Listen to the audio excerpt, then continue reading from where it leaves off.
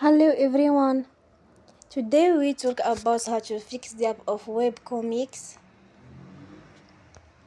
We will go to settings.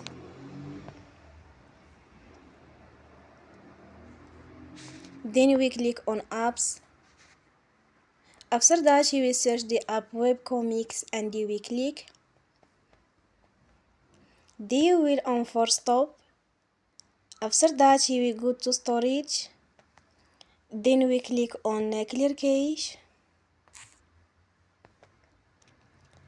In the end you will turn off your Wi-Fi and you will turn again. Don't forget to support us by like and subscribe.